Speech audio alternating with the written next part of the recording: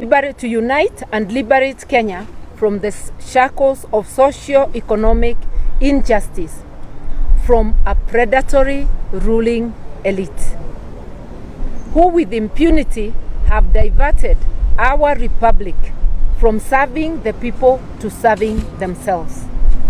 It is no coincidence that we meet at Ufungamano House, a sacred ground where the forces of unity triumph over tyranny. In the run-up to return to multi-party democracy, this was the home of the forces that came together to make that happen. In the search for the 2010 Constitution, Ufungamano was the home of the progressive forces who were battling the KANU regime that wanted to capsize the constitutional review. It's therefore of great significance that we gather here today to make a commitment to liberate Kenya from socio-economic injustice. We are threatened by a regime that wishes to erase the gains we have achieved through our collective labor as Kenyans. We have witnessed electoral and socio-economic injustice exemplified by unfair and manifestly excessive taxation, earning Ruto the name of ZAKAYO. Even children now know that there is ZAKAYO who raids people's pockets and denies our children sufficient food to feed on. We are also burdened by official corruption, pilferage and outright theft of our public resources, while neglecting the constitutional obligation of ensuring that the basic needs of our people are met. Article 43 of the Constitution is clear that the state shall ensure that all Kenyans are able to get basic needs. Those basic needs, we are now witnessing a reversal of the gains we had made. Our health system is on the brink of collapse due to inadequate funding, the chaotic dismantling of a working system, the NHIF, and forcing upon Kenyans the chief shaft, which we are not even able to understand what it means. And this is not only enhancing the taxation, because the chief shah regime is raiding people's pockets. Under NHIF, the contribution was a flat 500 Kenya shillings per person. Chief shah seek to take from those who have pay slips 2.75 of their earnings, basically 3%. And these are pay slips that already have been raided by overtaxation. This is eroding access to quality health care.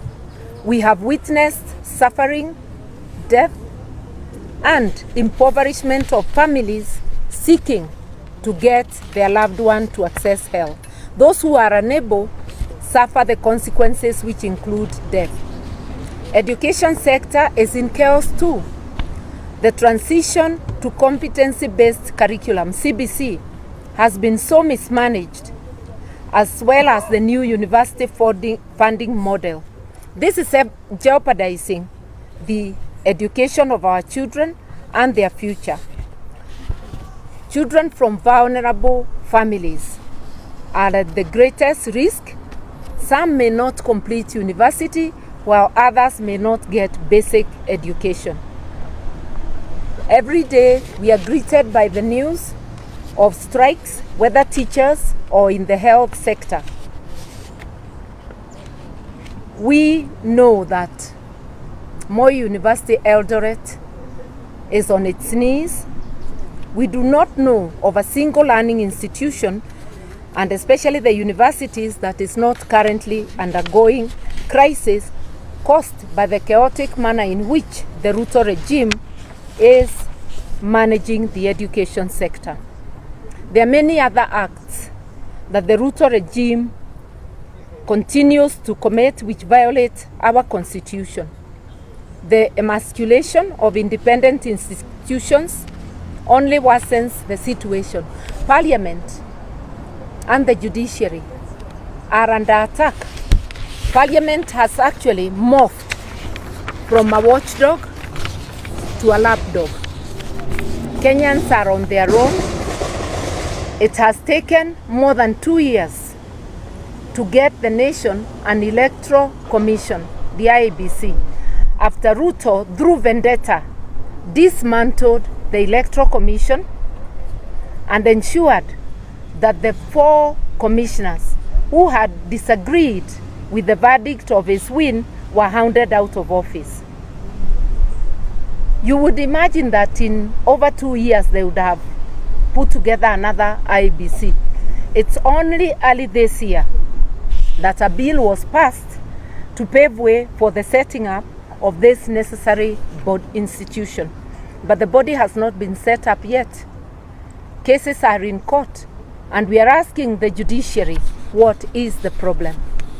It is okay for people to file cases, but Kenyans would want to see those cases disposed of in a speedy manner, so that even if one is going through the entire appeal system, let the cases be prioritized. They are of utmost necessity.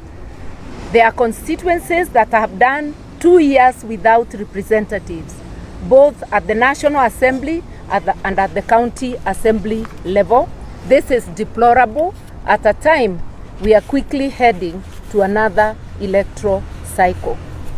We are therefore appealing to all those who work for the people of Kenya, whether in Parliament, whether in the judiciary or any other office, kindly move with speed, knowing that the lives of Kenyans depend on the decisions you make and the speed with which you make them, because justice delayed is justice denied.